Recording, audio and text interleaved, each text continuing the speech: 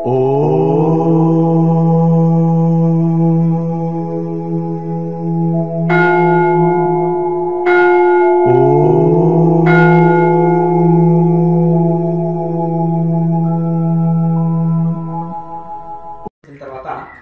కూడా అనేకమైన కార్యక్రమాలు జరుగుతున్నాయి.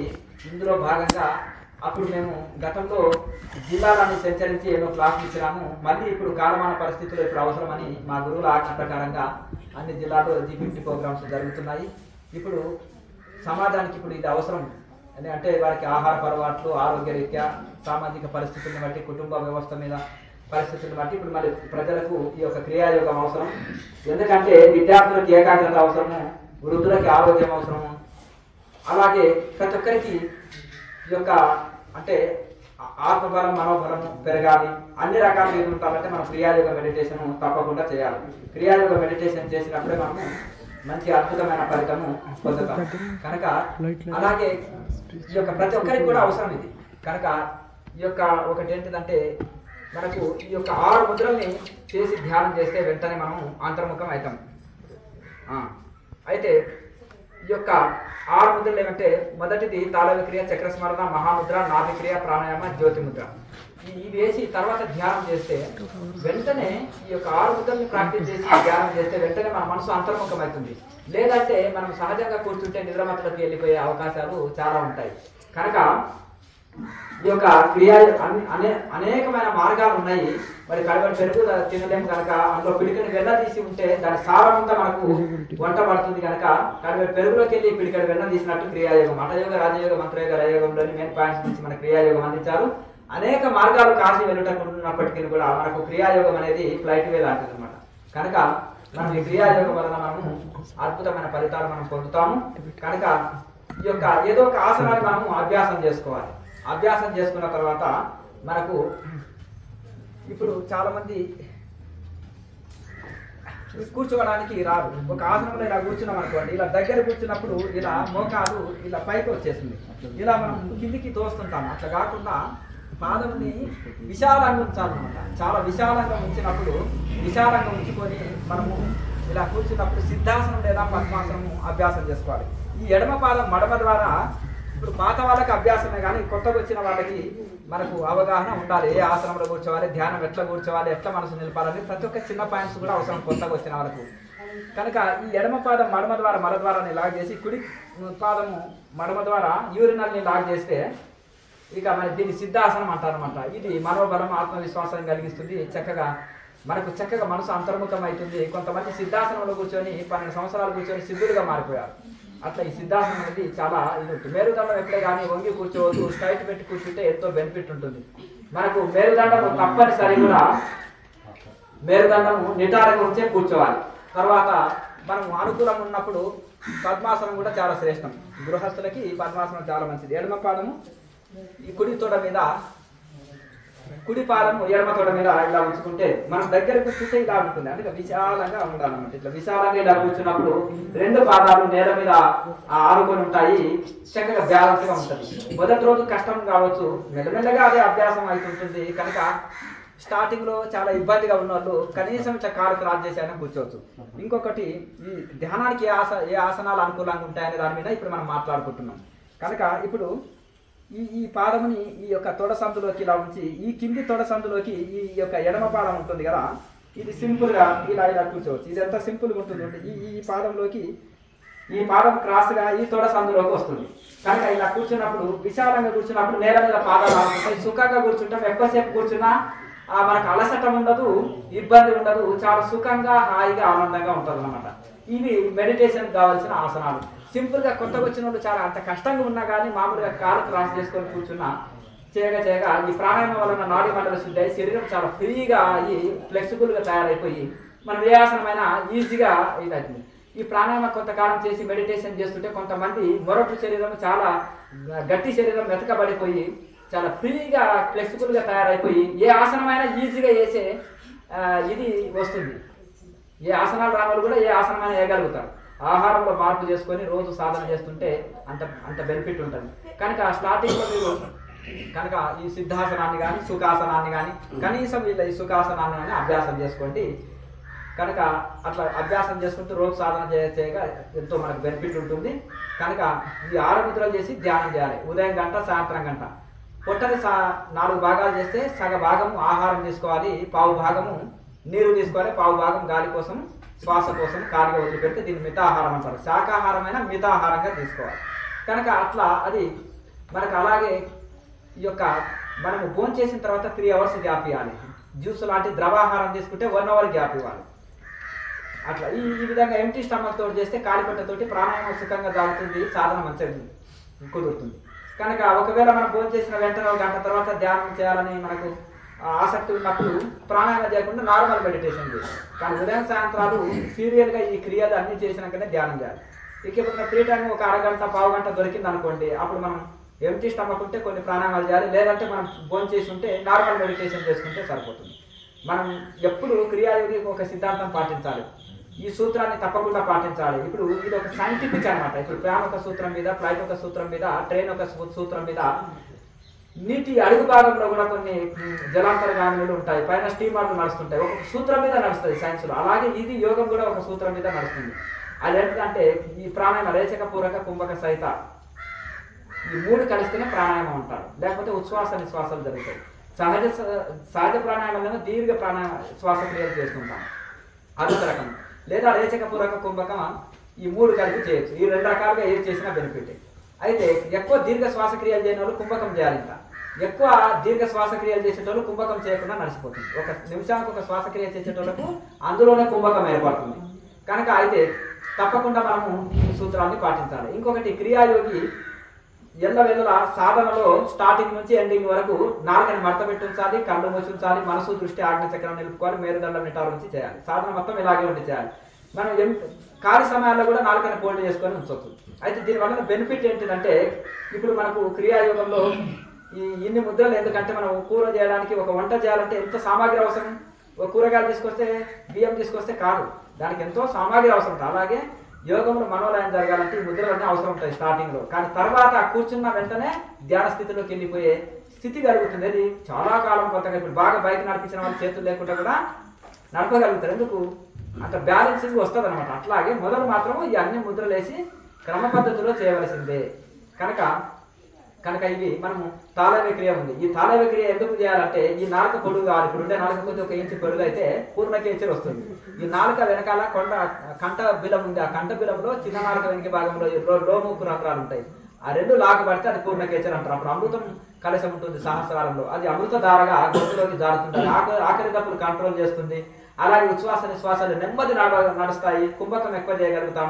శరీరంలో ఊష్ణం పెరగదు, అమృత ధార వస్తుంది. కాబట్టి ఇప్పుడు ప్రాణాయామం చేస్తుంటే శరీరంలో ఊష్ణం పెరిగే గుణం ఉంటుంది. అప్పుడు ఊష్ణం రాదు కనుక ఎన్ని ప్రాణాయామం చేసినా ఊష్ణం పెరగదు. కనుక అలాగే ఇప్పుడు మనకు చక్ర స్మరణ ఉంటుంది. చక్రాల యాక్టివేట్ కోసం మనం చక్ర స్మరణ చేస్తాం. తర్వాత మహాముద్ర ఉంది. మహాముద్ర కాళ్ళ నొప్పులు, కీళ్ళ నొప్పులు మనకు ఇవన్నీ తీసేస్తుంది. కాళ్ళ నొప్పులు, కీళ్ళ నొప్పులు తీసి మనం చక్కగా బ్యాక్ పెయిన్, సయాటికా ఇటువంటి ఏ ప్రాబ్లం ఉండదు.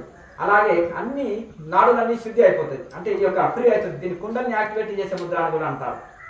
కుండల్ని యాక్టివేట్ చేస్తుంది ముద్ర. కనుక చాలా మంది కుండల్ని యాక్టివేట్ లేదు, డెవలప్ లేదు, ఆధ్యాత్మికంలో మనకు డెవలప్మెంట్ ఉండదు అంటారు. మరి ఆ కుండల్ని ఎట్లా యాక్టివేట్ చేయాలంటే మహాబంధన క్రియ అని ఆటయోగంలో ఉంటుంది. అది చాలా ఎఫెక్టివ్ పడుతుంది సరిగ్గా చేయకపోతే. కానీ ఇది ప్రతి ఒక్కరు కూడా కామన్, అంటే ఫ్యామిలీ జీవితం, పట్టణ జీవితం, గృహస్థ జీవితం గడుపుతూ కూడా మనము తప్పకుండా ఈ యోగాన్ని సిద్ధింపజేసుకోవచ్చు. ఈ కుండల్ని యాక్టివేట్ చేసుకోవచ్చు ఈ మహాముద్ర ద్వారా. దీన్ని ఎక్కువ సెట్లు వేయచ్చు. మన మధ్య మధ్యలో కూడా ఏదైనా కాళ్ళ నొప్పి వస్తే మనం మహాముద్ర ఒక సెట్ వేయచ్చు. నిద్ర మత్తు వచ్చినా, కాళ్ళ నొప్పి వచ్చినా ఒక మహాముద్ర ఒక సెట్ వేస్తే శరీరం అంతా ఫ్రీ అవుతుంది. కానీ స్టార్టింగ్లో ఒక 3 సెట్లు తప్పకుండా వేయాలి. కనుక మనం ఎక్కువసేపు ధ్యానంలో కూర్చున్నప్పుడు ఒళ్ళెల్లా బిరుసుకపోయి ఉన్నప్పుడైనా లాస్ట్కి ఒక సెట్ వేసినా ఫ్రీ అయిపోతుంది శరీరం. కనుక ఈ మహాముద్ర వలన మనం కుండల్ని యాక్టివేట్ చేయడమే కాకుండా, చక్రాలు శుద్ధి కావడమే కాకుండా, ఆధ్యాత్మిక డెవలప్మెంటే కాకుండా భౌతికంగా ఏం లాభం అంటే ఇవి ఎక్స్ట్రా బెనిఫిట్స్ అనమాట. ఇవి కాళ్ళ నొప్పులు, కీళ్ళ నొప్పులు, సయాటిగా ఇవన్నీ తీసివేస్తుంది. జాయింట్ పెయిన్స్ తీసేస్తుంది. అలాగే మనకు మహా నాభి క్రియ ఉంటుంది. 72,000 నాడుల కనెక్షన్ ఈ నాభిలో ఉంటుంది. కనుక ఈ నాభిలో పేవు నుంచే చిన్నపిల్లవాడు ఆహారం, గాలి, శ్వాస తీసుకుంటుంటారు తల్లి గర్భంలో ఉన్నప్పుడు. ఈ పేవును కట్ చేసినప్పుడు ముడి వేస్తారు. కనుక ఈ 72,000 నాడుల కనెక్షన్ నాభిలో ఉంటుంది. కాబట్టి ఇవన్నీ ఈ నాభి క్రియ వలన అవన్నీ శుద్ధి అవుతాయి నాడులన్నీ కూడా. దీని వలన అదే మన నాభి చక్రే కాయ వ్యూహ జ్ఞానం అని పతంజలి మహర్షి చెప్తారు. దీని వలన సంపూర్ణ ఆరోగ్యం లభిస్తుంది అని స్వయంగా పతంజలి మహర్షి వారి సూత్రాలు తెలియజెప్పారు. కనుక ఇది సంపూర్ణ ఆరోగ్యాన్ని ఇస్తుంది నాభి క్రియ. అలాగే మనకు ఈ యొక్క ప్రాణాయామ ఏంటిదంటే ప్రాణాయామ క్రియ అంటారు. దీన్ని క్రియ ద్వారా నిష్క్రియ స్థితి లభిస్తుంది. ఈ క్రియ చేస్తే ప్రాణాయామ క్రియ చేయడం వలన నిష్క్రియ స్థితి లభిస్తుంది. కనుక నిష్కామకరం వలన నిష్కర్మ స్థితి లభిస్తుంది. క్రియ లేకుండా నిష్క్రియ స్థితి లభించదు. ఈ శ్వాసక్రియ ప్రాణాయామ క్రియ ద్వారా మనం నిష్క్రియ స్థితిలోకి వెళ్ళగలుగుతాం. అంటే సమాధి స్థితి అందజేస్తుంది. అంటే ఇప్పుడు మనం స్కూల్కి వెళ్తున్నాం, ఏబిసిడీలు నేర్చుకుంటేందుకు అది బిగినింగ్ స్టేజ్. అట్లాంటి ఏబిసిడీలే మనం ఇది కాదు, ఇంకా పైకి చదివేది ఉంటుంది. ఇది అలాగే ఇదే ప్రాణాయామం అనంతం చేస్తూ చేస్తూ చేస్తూ పోతుంటాము. చేయాలంటే మనం కొంతకాలం చదవగా ప్రతి సంవత్సరం ఒక్కొక్క తరగతి పెరుగుతూ ఉంటుంది. కొంతకాలం పీజీ పిహెచ్డి పట్టాభద్రులై ఒక ఉద్యోగాన్ని పొందుతాం. అలాగే ఇది కూడా క్రియలు చేయగా చేయగా చేయగా చేయగా చేయగా నిరంతరం ఏది ఉండాలి? శ్రద్ధ, వైరాగ్యము, తపన, పట్టుదల, మనకు ఇవన్నీ ఉండాలి. శరణాగతి, భగవంతుని ఎందుకు శరణాగతి ఉండాలి. శ్రద్ధతోటి చేయాలి, పట్టుదలతోటి చేయాలి, శాస్త్రీయంగా చేయాలి. మళ్ళీ చేసినప్పుడే మనం పూర్తి ఫలితం పొందుతాం. పర్ఫెక్ట్ చేస్తే పర్ఫెక్ట్ బెనిఫిట్, అంటే మనం రైట్ సాధన చేసినప్పుడు రైట్ బెనిఫిట్ పొందుతాం. అలాగే మనం మంచి ఆహారం తీసుకున్నప్పుడు మంచి ఇది అంటుంది. జంక్ ఫుడ్ తిన్నప్పుడు పొట్ట పాడవుతుంది. అలాగే సాధన కూడా కరెక్ట్ చేయాలన్నమాట. క్రమ పద్ధతులు చేయాలి, శాస్త్రీయంగా చేయాలి. కొంతమంది అదే పనులు అందరూ చేస్తుంటారు, కానీ ఒకరు బెనిఫిట్ పొందుతారు, ఒకరు పొందరు. భౌతికంగానే ఆధ్యాత్మికంగా కానీ. కొంతమంది ఆధ్యాత్మికంలో తక్కువ సాధనతో ఎక్కువ బెనిఫిట్ పొందుతారు. అంటే వాళ్ళు శాస్త్రీయంగా గురువు చెప్పింది, శాస్త్రం చెప్పింది తప్పకుండా పాటిస్తారని అర్థము. ఇంకొకటి వారు క్రమ పద్ధతిలో చేస్తున్నారు, శాస్త్రీయంగా చేస్తున్నారు, శరణాగతి తపనతో చేస్తున్నారని మనం గ్రహించాలి. కనుక అట్లా చేసినప్పుడే మనం ఎక్కువ బెనిఫిట్ పొందుతాం. లేకపోతే మనం బూడిదలో వచ్చిన పన్నీరులాగా అవుతుంది. కనుక అది అంతా మనం దాన్ని శాస్త్రీయంగా క్రమ పద్ధతిలో చేయాలి. అలాగే ఇంకొకటి మనకు ఈ యొక్క జ్యోతి ముద్ర ఉంది. ఈ జ్యోతి ముద్రని మనం ఎన్లైటెన్ ముద్ర అంటారు. ఎన్లైటెన్ ముద్ర అంటారు. అంటే దీని వలన ఏంటంటే మనలోని ఆత్మ సాక్షాత్కారం పొందవచ్చు. దీంతో ఒక ఈ ముద్ర పడితే అయిపోతుంది అంటే లేదు. దానికి సాధన ఉండాలి, ప్రాణాయామ అభ్యాసం ఉండాలి, ప్రాక్టీస్ బలం ఉండాలి, కుంభకం ఎక్కువ చేయగలగాలి, ఏకాగ్రతతో చేయాలి. ఇవన్నీ ఉంటాయి. సంకల్పం ఉండాలి. శరణాగతితో చేసినప్పుడు అది బెనిఫిట్ కలుగుతుంది. కనుక మనలో ఉండే ఆత్మ చైతన్యాన్ని అనుభూతి పొందవచ్చు. దైవ చైతన్యాన్ని మన ఇష్టదైవ దర్శనాన్ని కూడా పొందవచ్చు. కనుక ఈ యొక్క జ్యోతి ముద్ర అంత పవర్ఫుల్ అనమాట. కనుక ఈ జ్యోతి ముద్రని బాగా ప్రాక్టీస్ చేస్తే మనం సహజంగా శంకరాచార్యులు ఒక మాట అంటారు. అది శంకరాచార్యులు ఉపనిషత్తు సారంలో కూడా అంటారంట. అంటే మరి మోక్షం అంటే దేనితో వస్తుంది? బ్రహ్మజ్ఞానంతో మోక్షం వస్తుంది. మార్కెట్లో దొరికి ఆన్లైన్లో ఆర్డర్ ఇచ్చేది వస్తుంది. ఆరోగ్యం కానీ, మనశ్శాంతి కానీ, మోక్షం కానీ మార్కెట్లో ఆర్డర్ ఇస్తే దొరికేది కాదు. కానీ మరి ఏదంటే స్వయ ప్రయత్నం చేత ఔషధం దీని రోగం పోగొట్టుకోవచ్చు, విచారణతో మనశ్శాంతి కలిగించుకోవచ్చు, సాధనతోటి మోక్షం పొందవచ్చు. కనుక ఇది స్వయంగా పొందాలి. సెల్ఫ్ రియలైజేషన్ ఎవరికి వాళ్ళు రియలైజ్ అవ్వాలి. ఉదర్యాత్మనాత్మానం, మన ఆత్మను మనం ఉద్ధరించుకోవాలి. కనుక ఇది ఎవరినెవరు ఉద్ధరించలేరు. గురువు మార్గదర్శకులు. వాళ్ళు చెప్పిన మార్గంలో వెళ్తే మనం తరిస్తాము. కనుక స్వయంగా మనం మా అమ్మ ఎంత కమ్మని వంట చేసి పెట్టినా స్వయంగా మనం తినే ఆకలి పోగొట్టుకోవాలి, శుభ్బాధం పోగొట్టుకోవాలి. అలాగే గురువులు ఎంత మంచి సాధన చెప్పినప్పటికీ కూడా మరి సాధకులు అనే వాళ్ళు చేయాలి. అయితే ఇక్కడ ఈ యొక్క సాధనని మనము తప్పకుండా ఎందుకంటే మనము కోటి యాగాలు చేసిన, కోటి జపాలు చేసిన, కోటి తీర్థాలు చేసిన, కోటి దానాలు చేసిన మోక్షం మాత్రం పొందలేము. దానివల్ల ఏంటిది? సత్కర్మలు అంటారు శాస్త్రంలో. ఇవి స్వయంగా మోక్షాన్ని ఇవ్వలేవు. ఎట్లా మరి ఏమి ఇస్తాయంటే పుణ్యాలు వేస్తాయి, గత పాపాన్ని తొలగిస్తాయి, పుణ్యాలు వేస్తాయి. మనకు పొలము బాగా దున్నుతూనే ఉన్నాము, మరి విత్తనాలు వేయాలి కదా. విత్తనాలు వేసినప్పుడే మనం పంట చేతికి వస్తుంది. అంటే చిత్తము శుద్ధి చేస్తుంది. దానివలన సాధనకు అనుకూలమైన చిత్తము ఏర్పడుతుంది. పూర్వ కర్మ పాపాలు ఉంటే సాధనలో ముందుకి రోగ రూపంలో వస్తాయి. శరీరానికి పూర్వ పాపాలు ఉంటాయి అంటే రోగం రూపంలో వస్తాయి, మనశ్శాంతి లేకుండా చేస్తాయి. ఇంకొకటి దైవంలో మనసు నిలవనీయదు, సాధనలో మనసు నిలవనీయకుండా చేస్తాయి. కనుక అది తొలగాలంటే ఏంటంటే సత్కర్మలు చేయాలన్నమాట. అందుకనే భగవద్గీతలో స్టార్టింగ్ నిష్కామ కర్మ 6వ అధ్యాయంలో ధ్యాన యోగం, ఆత్మ సంయమ యోగం అంటే ధ్యాన యోగం. అది 6వ అధ్యాయంలో చెప్పిన స్టార్టింగ్ లో ఎందుకు నిష్కామ కర్మ చెప్పారు? ఈ నిష్కామ కర్మ సేవ దీని వలనే పాపాలు తొలుగుతాయి, చిత్తము శుద్ధి అవుతుంది, దైవంలో మనసు లీనం కావడానికి పరిపక్వత స్థితి పొందుతుంది. అప్పుడు యోగం ద్వారా మనసుని మనోలయం చేసుకోవాలి. కనుక అందుకని మనం భక్తి, సాధన, సేవ అని ఈ యొక్క ఎందుకు పెట్టినాం ఇవన్నీ? కనుక మనం భక్తి కలిగి ఉండాలి, శరణాగతి ఉండాలి, అలాగే సాధన ఉండాలి, మెడిటేషన్ ఉండాలి, యోగా మెడిటేషన్ ఉండాలి. తర్వాత సమాజానికి భూమి మీదకి వచ్చిన ప్రతి వాళ్ళు కూడా మహనీయులు, ఋషులు నాకెందుకు అనుకుంటే ఇన్ని శాస్త్రాలు లేవు. వేదవ్యాసుడు నాకెందుకు అనుకుంటే వేదాలు లేవు, శంకరాచార్యులు నాకెందుకు అనుకుంటే అద్వైత ధర్మాన్ని ఇది ఈ యొక్క ఆధ్యాత్మిక పరంపర కొనసాగపోతుండే. కనుక మహనీయులు వివేకానందుడు నాకెందుకు అనుకుంటే ఇంత సమాజ సేవ జరగకపోతుండే. అట్లా ఋషి పరంపర నుంచి ఆ ఋషులు కూడా నాకెందుకు అనుకుంటే ఇంత సేవ జరగపోతుంది. కనుక ప్రతి జీవి శక్తి కొలది సమాజ సేవ కూడా మనం ఉపయోగపడాలి. దానివల్ల స్వార్థం పోతుంది, మనలో స్వార్థ హృదయంలో ధ్యానం తొందరగా కుదురుతుంది. దానివల్ల నా మనసు ప్రసన్నత చెందుతుంది. ఒక సేవ వలన కూడా మనకు ఆనందం కలుగుతుంది, పుణ్యబలం పెరుగుతుంది, పుణ్యం పెరుగుతుంది. కనుక ఈ విధంగా మనం తర్వాత జ్యోతి ముద్ర ద్వారా మనలో చక్కగా ఈడాపింగల వదిలి సుష్మనాడి యాక్టివేట్ అవుతుంది. సుష్మనాడిలో ప్రాణశక్తి ప్రవేశించి ఒక్కొక్క చక్రాన్ని మూలాధార చక్రం నుంచి శుద్ధి అవుతాయి. ఆ చక్రాలు ఎక్కడ ఉంటాయి? మల ద్వారం నుంచి 1 ఇంచు పైన మూలాధార చక్రము, లింగస్థానంలో మన మణిపూరక మన స్వాధిష్టాన చక్రము, నాభి మధ్యలో మణిపూరక చక్రము, ఛాతి మధ్యలో అనాథ చక్రము, కంఠం మధ్యలో విశుద్ధ చక్రము, 2 కడుగోమల మధ్యలో ఆజ్ఞ చక్రము, మారుభాగం సహస్రాలు. ఇక 7 చక్రాలు. కానీ షట్చక్రం అంటారు, షట్చక్ర విద్య అంటారు. మరి 6 చక్రాలే అంటారంటే సాధన సాగేదంతా ఈ 6 చక్రాల లోపలనే. సహస్రాలం అనేది సమాధి స్థితి, అది ఉద్యోగం వచ్చిన స్టేజ్. కనుక ఆ విధంగా మనకు ఈ షట్చక్రాల లోపలనే మనం సాధన మనం సాగుతుంటుంది. కనుక ఈ చక్రాలని ఇప్పుడు చక్రాలని శుద్ధి కావాలంటే ఏం కావాలి? కుండలిని యాక్టివేట్ కావాలి. కుండలిని యాక్టివేట్ కావాలంటే ఏం చేయాలి? ప్రాణాయామ, ముద్ర, ఆసన, బంధన, ముద్రాస చేయాలి. ఇంట్లో ఆసనం ఉంది, ఒక ఆసనంలో కూర్చుంటాము, ముద్రలు ఉన్నాయి, ప్రాణాయామం ఉంది, ఇవన్నీ ఉన్నాయి. దీంతో కుండలిని యాక్టివేట్ అవుతుంది. ఇప్పుడు మహాముద్ర ఉంది, అందులో ప్రాణాయామం చేస్తాం. ముద్ర ఉంది, కేచన్లో ఉంటాము, మహాముద్ర చేస్తాం, ప్రాణాయామం చేస్తాం. దాన్ని కుండలిని యాక్టివేట్ చేసే సామర్థ్యం ఉంది అందులో. కనుక దానివల్ల ఆసన, బంధన, ముద్ర, ప్రాణాయామం తోటి కుండలిని యాక్టివేట్ అవుతుంది. ఆ కుండలిని యాక్టివేట్ అయిన తర్వాత ఒక్కొక్క చక్రాన్ని శుద్ధి చేస్తుంది. తద్వారా ఆ ఫలితం మనకు తెలుస్తుంది. శరీరం తేలిక, మనసు తేలికగా, మనసు నిశ్చలంగా, ధ్యానంలో మనోలయం జరగడం, గతంలో ఉండే మన శరీరంలో ఉండే రోగాలు వెళ్ళిపోవడం, కొద్ది ఆహారం తీసుకున్న శరీరం సహకరించడం, చాలా యాక్టివ్గా ఉండడం, చాలా తేలికగా శరీరం చక్కగా ప్రసన్నంగా ఉండడం, అన్ని ఏది వచ్చినా సమస్యలు వచ్చినా తట్టుకునే శక్తి, ఇవన్నీ మనం కలిగిస్తుంటుంది. అంటే ధ్యానంలో కొంత ముందుకు వెళ్తున్నట్టు. ఇవన్నీ మనలో ఓర్పు ఇవి అవి బాధలు తట్టుకోలేని శక్తి లేదనుకో, మనం అసలు ఇంకా సాధనలో ఇంకా ప్రారంభంలో పెంచాలని అర్థం అనమాట. కనుక చక్కగా మరి చేద్దామా సాధన బెనిఫిట్లు తెలుసుకున్నారు కదా. మరి ఇంకోటి క్రియ చేస్తేనే నిష్క్రియ స్థితి. కనుక క్రియను పట్టుకోవాలి. క్రియను పట్టుకుంటేనే కదా. మరి నశ్రేయం ఏముంది? నాకు భగవద్గీత చెప్పిందిగా కృష్ణ పరమాత్మ. అంటే నియమం లేని శ్రేయస్సు లేదు. ఒక ఆఫీసులో నియమం పెట్టుకుంటాం, కొన్ని ప్రిన్సిపల్స్ పెట్టుకోవాలి ఆధ్యాత్మికంలో. ఆ ప్రిన్సిపల్స్ పెట్టుకుంటే మన డెవలప్మెంట్ ఉంటుంది. మన నిత్య జీవితంలో ఎదగాలంటే ఏం చేయాలి చెప్పండి? మనం గొడ్డు కష్టం చేస్తాం కానీ డెవలప్మెంట్ ఉండదు. ఎక్కడ లోపము?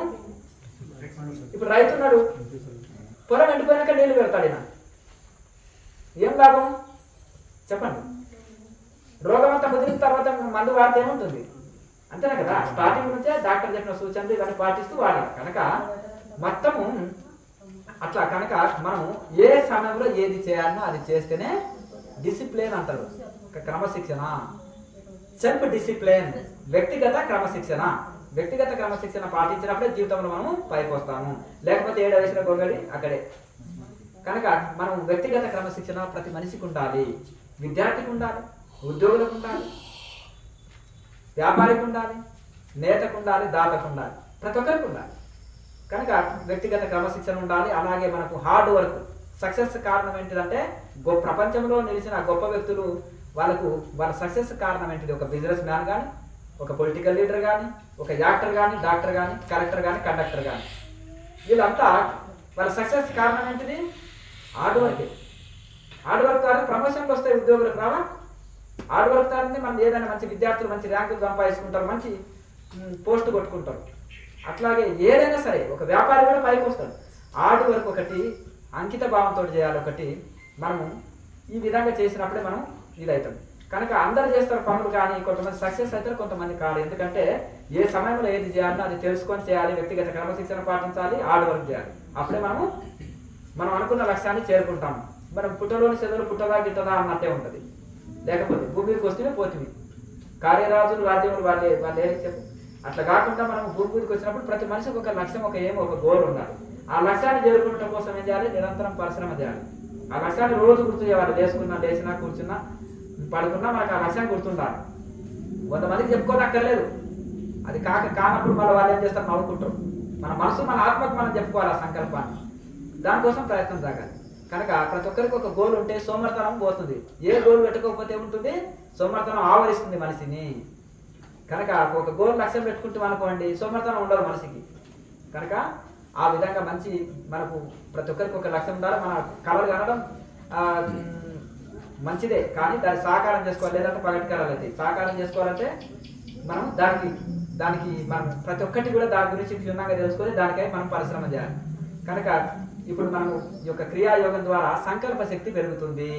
విద్యార్థులు ఏకాగ్రత పెరిగి మంచి ర్యాంకులు సంపాదించుకుంటారు, తద్వారా మంచి ఉద్యోగాలు సంపాదించుకుంటారు, స్ట్రెస్ను తొలగించుకుంటారు. ప్రతి ఒక్కరు కూడా ప్రతి రంగంలో ఇప్పుడు మానసిక ఒత్తిడి పెరిగింది. ప్రతి ఒక్కరికి వయసుతో సంబంధం లేదు, ఏ రంగం సంబంధం లేదు, ప్రతి రంగంలో ఒత్తిళ్లు ఉన్నాయి. అవన్నీ తట్టుకోగలుగుతాము, ఆధ్యాత్మికంగా ఎదగగలుగుతాము, ఆరోగ్యం పొందగలుగుతాము, మనశ్శాంతి పొందుతాము, మానసిక ఒత్తిడి తగ్గించుకోగలుగుతాము, ఆరోగ్యాన్ని పొందగలుగుతాము, ఆనందాన్ని పొందగలుగుతాము, అంత్యంలో మోక్షాన్ని పొందగలుగుతాము. ఈ యోగం ద్వారా ఏది సాక్షాత్ మోక్షాన్ని ఇచ్చే సాధన ఇది. అందుకని మేము మొదటి పుస్తకమే క్రియాయోగం ద్వారా క్రియాయోగం తోటి ఆరోగ్యం ఆత్మజ్ఞానం పొందవచ్చు.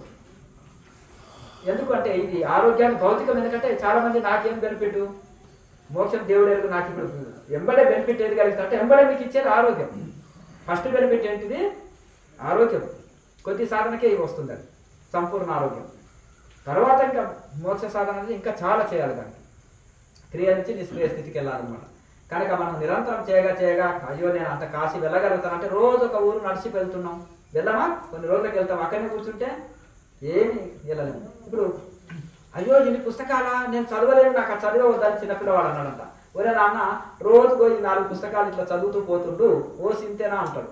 అవునా కదా? ఒక్కొక్క సంవత్సరం ఇది చదవాలంటే అన్ని ఒకసారి చదవాలంటే కష్టం కదా. అట్లా కనుక ఒక్కొక్క సంవత్సరం ఒక్కొక్క తరగతి మనకు తెలియకుండానే ముందుకు వెళ్తాం. కనుక అలాగే మనం రోజు చేస్తున్నప్పుడు అద్భుత ఫలితాలు మనం పొందుతాం. ప్రతి ఒక్కరు కూడా మనలో ఉండే అనంతమైన దివ్యశక్తి ఉంది, దాన్ని వెలికి తీయాలి. ప్రతి ఒక్కరు ఋషి కాగలుగుతారు. నేను అమాయకుడిని, నాకేమీ తెలియదు, నాకు అంత శక్తి లేదు, ఎవరో ఇట్లానే ఆశీర్వదించాలి, ఎవరో నా రోగాలు పోగొట్టాలి, నా మనశ్శాంతి కలిగియాలి, నాకు ఉద్యోగం ఇప్పియాలి, నాకు దేశం ఏమి ఇచ్చింది, తల్లిదండ్రులు ఏమి ఇచ్చిండ్రు, నేనేం చేయలేని పని నా వల్ల కాదు, నేను చవటని, పిరికి వారిని, బద్దకస్తుని. అందుకంటే ఇండియన్ ఫారినర్స్ యూత్ నాతో ఒకటే పలికారు, ఇండియన్ యూత్ చాలా తెలివి తక్కువ వాళ్ళు ఉన్నారంటే. ఎందుకంటే ఇక్కడ శాస్త్రాన్ని, గురువులని, యోగ విద్యని వినియోగించుకుంటారు. మేము అక్కడి నుంచి వచ్చి పీజీలు పిహెచ్డీలు చేయాలని రీసెర్చ్ చేస్తున్నాము. ఒక్కొక్క రాష్ట్రంలో ఒక్కొక్క కల్చర్, ఒక్కొక్క పండుగలు, ఒక భాష ఎంత బాగా ఉంటుంది, ఇది వినియోగించుకుంటలేదో మా దగ్గర దొరకదు అంటారు. ఇంకొకటి ఏమంటారు అంటే మా పేరెంట్స్ ఆస్తి అంటారు. అంటే మీది కాదా అంటే మా పిల్లలు ఇక్కడ మాది అని చెప్పుకుంటారు. మీ నాన్నది కాదంటే లేదు నాది అంటాడు. ఎందుకంటే అక్కడ ఇవ్వరు, తల్లిదండ్రులకు ఆస్తిని పిల్లలకు అర్హత ఉండదు. కనుక ఇట్లా ఈ విధంగా మనకు మరి ఎందుకంటే భారతదేశంలో పుట్టినాం, దీన్ని సద్వినియోగం చేసుకోవాలి. మన యొక్క సంస్కృతిని మనం మరవరాదు. కనుక ఈ సాధన చేయడం వలన మనం ఎంతో బెనిఫిట్లు పొందుతాం. కనుక కొన్ని ప్రిన్సిపల్స్ పెట్టుకోవాలి. ఈ ప్రిన్సిపల్స్ పెట్టుకున్నప్పుడే మన బెనిఫిట్ ఉంటుంది, డెవలప్మెంట్ ఉంటుంది. మన సాధన డెవలప్మెంట్ ఉండాలంటే ఈ ప్రిన్సిపల్స్ పెట్టుకోవాలి. కనుక ఈ నియమాలు పెట్టుకుంటే నశ్రేయ నియమం విన. కనుక ఆ నియమం లేదు శ్రేయస్సు లేదు అని కృష్ణ పరమాత్మ చెప్పారు. కాబట్టి అందరూ కూడా మరి చేద్దామా క్రియాయోగం చేసుకోవాలంటే బేసిక్ నియమాలు. అందరి దగ్గర పాంప్లెట్లు ఉన్నాయా? చక్కగా అందరు పాంప్లెట్లు తీసుకొని చక్కగా చదువుకోండి, సరేనా? అందరు కూడా చేతి ముందరకు పెట్టండి. నేను ఈ రోజు నుంచి క్రియావాన్గా మారుతున్నాను. నేను ఈ రోజు నుంచి త్రికరణ సిద్ధితో క్రియాయోగ ధ్యానం చేస్తాను. నేను ఈ క్షణం నుంచి మద్యానికి మాంసానికి దూరంగా ఉంటాను. పూర్తి స్థాయి శాకాహారిగా మారుతున్నాను. నా సహధర్మపత్నిని తప్ప తోటి స్త్రీలను సోదరిగా భావిస్తాను. నా సహధర్మపతిని తప్ప తోటి పురుషులను సోదరులుగా భావిస్తాను. అందరితో సోదర భావంతో ఉంటాను. నీతి నిజాయితీతో నా బాధ్యతలను నెరవేర్చడంతో పాటు వ్యక్తిగత బాధ్యతగా సమాజ సేవ చేస్తాను. తల్లిదండ్రులను ప్రత్యక్ష దైవాలుగా భావించి గౌరవిస్తాను మరియు వారికి సేవ చేస్తాను. నేను ఇవాళ నుంచి దైవ దూషణ మరియు గురు దూషణ చేయను. ఆధ్యాత్మికంగా బాధ్యతాయుతంతో ఉంటాను. పర్యావరణ పరిరక్షణ మరియు స్త్రీలను గౌరవించడం నా ప్రథమ బాధ్యతగా స్వీకరిస్తున్నాను. నేను ఈ క్షణం నుంచి నా మతాన్ని ఆచరిస్తూ మిగిలిన మతాలను మరియు మిగిలిన సాంప్రదాయాలను గౌరవిస్తాను.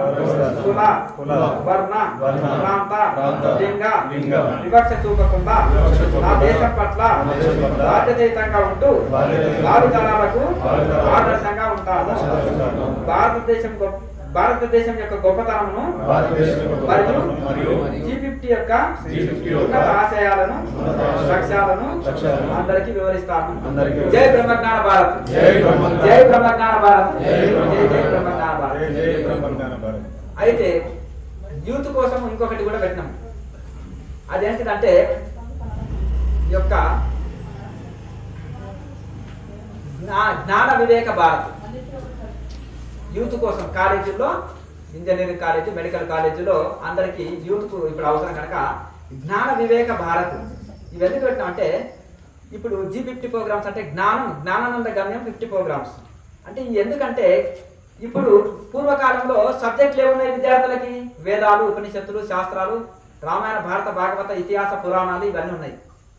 మరి దాని వలన వాళ్ళకి నాలెడ్జ్ పెరిగేది. అది చదివితే ఉద్యోగం కూడా వచ్చేది. అప్పుడు ముక్తి విద్య ఇప్పుడు రెండు వేరు చదవాలి.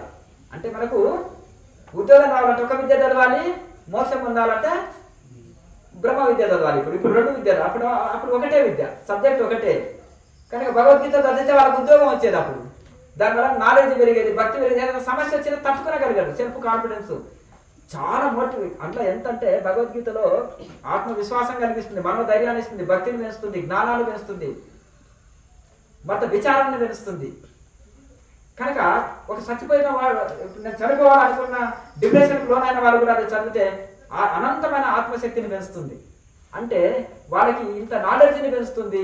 పైగా ఆ సంస్కృతంలో ఉండేది, ఆ సంస్కృతం చదవడం వలన, శాస్త్రాలను చదువుకోవడం వలన వాళ్ళకి ఉద్యోగం వచ్చేది. నిత్య జీవితంలో వాళ్ళకు అన్ని సమస్యలు, వాళ్ళ సమస్యల్ని వాళ్ళు పరిష్కరించుకునే సామర్థ్యం కలిగేది. సెల్ఫ్ నాలెడ్జ్ వచ్చేది వాళ్ళకి. కనుక ఆ రకంగా మనకు ఉపయోగపడేది. ఇప్పుడు ఏంటంటే ఇప్పుడు ఆ పరిస్థితి లేదు. కనుక అందుకని విద్యార్థులకి సబ్జెక్టు పెట్టాలని. కనుక ఈ యొక్క విద్యార్థులకి ఇవన్నీ మనం ఇది అందియడం వలన మనకు ఎంతో ఉపయోగపడుతుంది. అందరికి కూడా, ప్రతి ఒక్కరికి కూడా ఇటు ఏదో ముక్కు పట్టుకొని చేయడం, కళ్ళు మూసుకొని చేయడమే యోగం అని అనుకోవద్దు. మనం వ్యక్తిగత క్రమశిక్షణ కూడా పాటించాలి. భగవద్గీత లాంటి చదవాలి, శాస్త్రాన్ని విచారణ చేయాలి, దాంతోపాటు యోగాభ్యాసం, ధ్యానాభ్యాసం చేయాలి. అప్పుడు దైవంలో మనోలయం అయిపోయి దైవానుభూతి మనం పొందగలుగుతాం. కనుక చక్కగా ఇక మరి సాధన చేద్దామా? చక్కగా స్థిరమైన ఆసనంలో కూర్చోండి.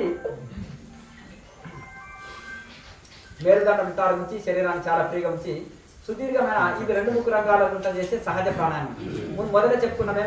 ఏం చెప్పుకున్నాం మనము? ఒకటి అర్హత ఉంటుంది. ఒక ఇంజనీర్కి ఒక బిల్డింగ్లు ఇవన్నీ ప్లాన్ ఇచ్చే అర్హత ఉంటుంది. ఒక లాయర్కు వాదించే అర్హత ఉంటుంది. అలాగే ఒక సన్యాసికి ఉపదేశాలు ఇచ్చే అర్హత ఉంటుంది అనమాట, బోధించే ఉంటుంది. కనుక ఆ రకంగా జీవనాకాలంలో విలీనం చేయడం వలన చక్కగా వాళ్ళని అక్కడ మా గురువులు చెప్పిన నియమ నిబంధనలు ఇక్కడ పాటించడము జరుగుతుంది. మీరు మీ గురువుల మాట వింటారో వినరో కానీ మేమైతే మా గురువుల మాట చూచా తప్పకుండా పాటిస్తాం. వారికి ఎదగిస్తే దాటేది లేదు.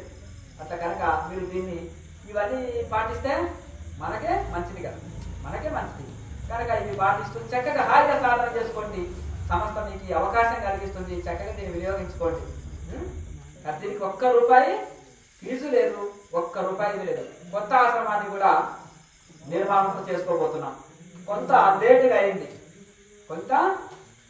కొంచెం సమయం పట్టింది. కానీ ఇక 3 yearsలో మంచి అద్భుతమైన బ్రహ్మాండమైన పీఠాన్ని ఇది చేస్తాం. మీరు 1000 మంది వచ్చి కూడా జాయిన్ అయ్యవచ్చు. అన్ని టాయిలెట్స్, బాత్రూమ్స్, భోజనాలు ఏకకాలంలో స్త్రీ పురుషులకు సపరేట్ ఉంటుంది. అక్కడ సపరేట్గా ఉంటుంది. కనుక హాయిగా మీరు అక్కడ ఉండి ఎంతకాలమైనా ధ్యానం చేసుకోవచ్చు. అర్థమైంది కదా? ఇంకోటి మళ్ళీ కూడా గుర్తుపెట్టుకోండి. మేము 50 దాటినాం, మా పిల్లలు అన్న పెడతలేరు, ఆస్తులని లాక్కొని కొట్టుకుంటున్నాం అని అనుకోండి. చక్కగా రండి, ఉండండి. కానీ ఈడ ఇంటికాడి పంచాలు పెట్టుకోకుండా మంచిగా హాయిగా ధ్యానం చేసుకోండి. ఎవరు జోరు చేయకండి. ధ్యానం 2 అక్షరాలు చెప్తే ఇక్కడ స్థానం ఉంటుంది. ధ్యానం అనే క్రియ 2 అక్షరాలు. ధ్యానం అనేది 2 అక్షరాలు వేస్తే గేటు అలౌడ్ ఉంటుంది. ఇక్కడ వచ్చినప్పుడు దీని నియమ నిబంధనలు ఉన్నాయి కదా, ఇవి పాటిస్తూ చేస్తే మీరు హ్యాపీగా ఉంటారు, సంస్థకి హ్యాపీగా ఉంటారు. క్రమశిక్షణ లేకపోతే మాత్రము చక్కగా పూలమాల వేసి మంచిగా పళ్ళు చేతులు పెట్టి పంపిస్తాం. ఎక్కడ అవమానపడటం లేదు, ఎవరిని ఇంత మాకు శత్రువులు కాదు కదా మీరు, కనుక హాయిగా మంచిగా పంపిస్తాం. కనుక క్రమశిక్షణతో ఉంటే హాయిగా నా పాప కూడా నాకు దగ్గర స్కూల్లో ఆధారం చేసిన గోళ చేసిన బ్యాగ్ తీసుకొని పంపిస్తాను. వాళ్ళకి తెలుసు అనమాట. ఈ సైలెన్స్ అంటారు, సైలెంట్గా ఉండాలి, పాఠాలు వినాలి చక్కగా. అట్లా ఆ రకంగా మీరు చక్కగా మీరు దీన్ని సద్వినియోగం చేసుకోండి.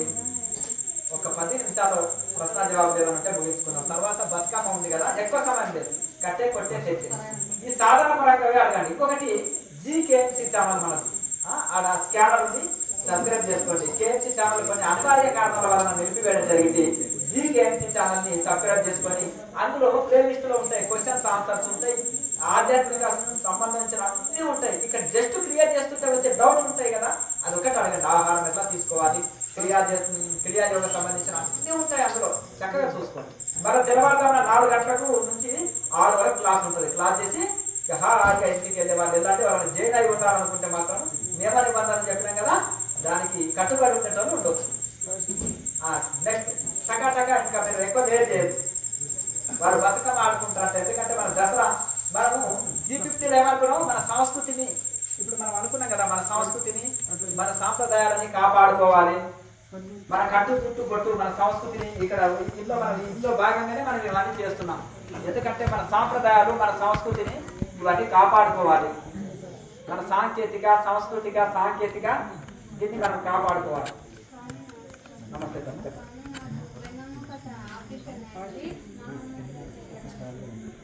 ఎన్ని రోజులైందా?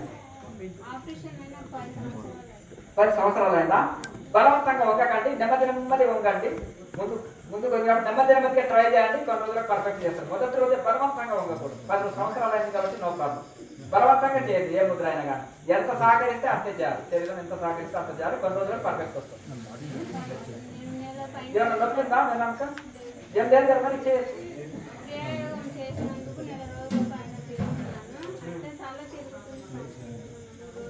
కుంభకం ఎంత చేస్తున్నారా? కుంభకం తగ్గియండి. శ్వాసను బంధి చేస్తుంటది కదా, ముందే తగ్గియండి, ఇబ్బంది. నెక్స్ట్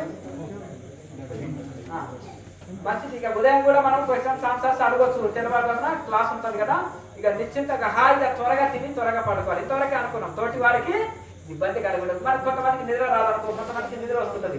అప్పుడు మనం ఏం చేసేస్తామంటే ఫోన్ పెద్ద పెట్టుకుని ఉపన్యాసాలు పాటలు వినడం, గట్టిగా మాట్లాడడం వలన తోటి వాళ్ళు నిద్రపోలేకపోతారు, వాళ్ళు చెప్పుకోలేకపోతారు. కనుక ఎవరైనా అమ్మగారు ఎవరైనా ఉంటే బతుకమ్మలో హాయి అందరూ బతుకమ్మలో పాల్గొనండి. ఇక చక్కగా ఇది చేయండి. తర్వాత భోజనాలు చేసుకొని త్వరగా విశ్రాంతి తీసుకొని 4 గంటలకే క్లాస్కి రావాలి. 6 వరకు క్లాస్ ముగించుకుంటాం. మంచిది. లోకాసనంత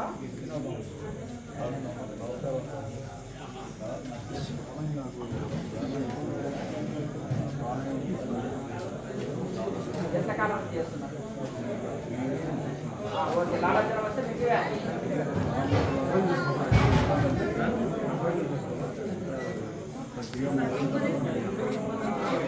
ఎప్పుడైనా ఎప్పుడు లాలాజలం వస్తే అప్పుడు బతుకమ్మ తీసుకొస్తారట. ఆశ్రమ సందర్శనకు వచ్చిన ప్రతి క్రియాయోగి తన Aadhaar card xerox, phone number తప్పనిసరిగా ఇవ్వవలసి ఉంటుంది. దీనిలో కొత్త పాత అనే తారతమ్యం లేదు. ఇది తర్వాత మూడవది ఒక రోజుకు మించి ఆశ్రమంలో ఉండదలుచుకున్న వాళ్ళు ప్రతి క్రియాయోగి డిక్లరేషన్ రాసి ఇవ్వవలసి ఉంటుంది. గంట కొట్టిన సమయానికి, ధ్యాన సమయానికి, భోజన సమయానికి, సేవా సమయానికి, విశ్రాంతి సమయానికి అన్నీ కూడా సమయపాలన పాటించాలి. మన స్కూల్లో టైం టేబుల్ పాటిస్తాం కదా, అట్లా ఇక్కడ కూడా ఇది స్పిరిచువల్ ఎడ్యుకేషన్ స్కూల్. అట్లా ఇక ఉదయం 4 గంటలకు, సాయంత్రం 6 గంటలకు తప్పనిసరి సామూహిక ధ్యానంలో పాల్గొనాలి. ఆశ్రమ పరిసరాలని పరిశుభ్రంగా ఉంచుకోవాలి.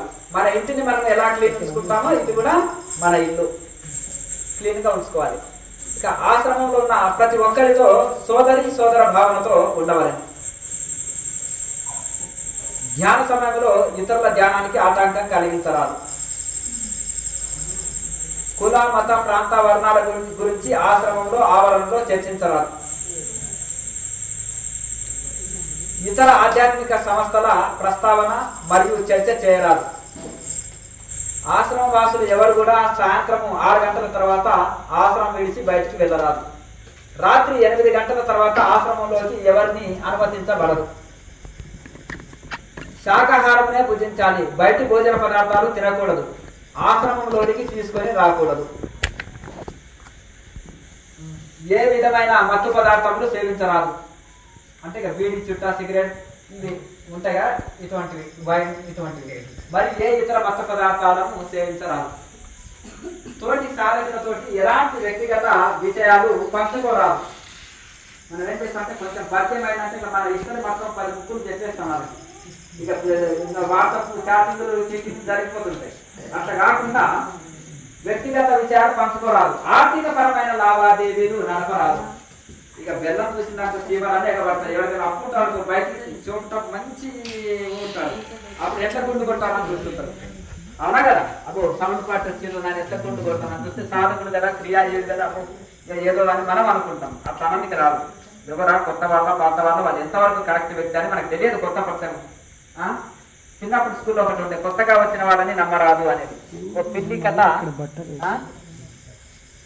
ఇది ఉండే. అట్లా కనుక ఈ గద్ద పిల్లి కథ ఉంది. అయితే ఎట్లా అంటే మనం ఎవరు ఎట్లనో తెలియదు కదా, అంత అవసరం ఏముంది చెప్పండి. వచ్చినాము, సిన్సియర్గా చక్కగా సాధన చేసినాం, వెళ్ళినాము. ఇంటికాడ సమస్యలతోటే వచ్చినాం. కొత్త సమస్య అవసరమా ఇక్కడ మనకు?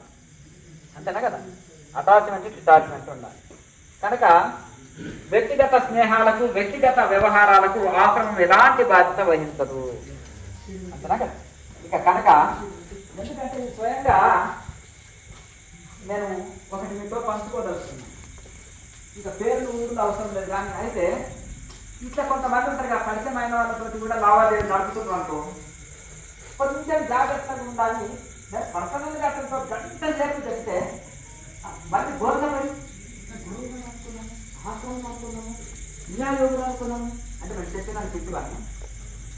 ఒక గురువు గారిని ఆదేశించిన కదా, ఇది కాదు నాయన ఇలా ఉంటుంది, ఆ వ్యక్తితో జాగ్రత్తగా ఉండాలని అంటాం కదా.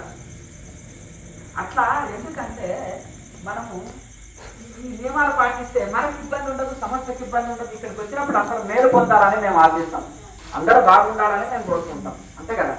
కనుక మనము ఎవరిని నమ్మకుంటే అయిపోయాయి కదా, సమస్య లేదు కదా. మనం ఎందుకు వచ్చినాము? సాధన కోసం వచ్చినాం, సాధన చూసుకొని వెళ్తాం. అట్లా కనుక వ్యక్తిగత సమాచారం పంచుకోరాదు, ఇది చేయకూడదు. కనుక మనము వ్యక్తిగత స్నేహాలకు కానీ వ్యక్తిగత వ్యవహారాలకు సంస్థకి ఎటువంటి బాధ్యత ఉండదు. కనుక ఈ నియమ నిబంధనలు ఏదైతే ఉన్నావో ఈ పాటిస్తూ యొక్క 14 నియమ నిబంధనలు పాటిస్తూ ఇక్కడ సాధన చేసుకుంటే చక్కగా చేసుకోవచ్చు. ఒక్క రూపాయి ఎవరైనా అడిగితే నాకు వచ్చి చెప్పండి. అట్లా కనుక అక్కడ ఆధార్ కార్డు జిరాక్స్ తీసుకొని వస్తాము, మన ఆరోగ్య స్థితి, ఊరు, పేరు అవన్నీ ఉంటాయి కదా, డీటెయిల్స్ సంబంధించుతాము. హాయి వచ్చి జాయిన్ అయ్యి సాధన చేసుకుంటాం కదా, ఖర్చు కాదు చెప్పండి, లేదు కదా. మరి ఈ అవకాశాన్ని అందరూ సద్వినియోగం చేసుకోండి. బంధు తిరిగి ఆనందం. ఈ బయటికి వచ్చి ఇస్తే పుచ్చుకునేది ఏది? బయటి ఆనందము. ఇవ్వకుండా పుచ్చుకోకుండా వచ్చే ఆనందము బ్రహ్మానందము, లోపలి ఆనందం, ఇన్నర్ హ్యాపీనెస్. మనం పొందేటువంటి టెంపరీ హ్యాపీనెస్ ఏది చేసినా వస్తే. మరి పర్మనెంట్ హ్యాపీనెస్ ఓన్లీ క్రియాయోగం మెడిటేషన్ వలన వస్తుంది. దైవంతో కనెక్ట్ అయితే పర్మనెంట్ హ్యాపీనెస్ వస్తుంది. దానికోసం కనుక ఇది మీరు దీన్ని ఈ అవకాశాన్ని సద్వినియోగం చేసుకోండి. ఇది జూనాకాడలో విలీనం చేయడం జరిగింది ఈ సంస్థని. కనుక జూనాకాడ నియమాలు ఇక్కడ ఈ యొక్క అమలు అవుతాయి. అసలు జూనాకాడ అంటే ఏంటిది అనేది కొత్తగా వచ్చిన వాళ్ళు మనకు చాలా మందికి తెలియదు అనుకోండి. జూనాకాడ అంటే ఆది శంకరాచార్యులు స్థాపించిన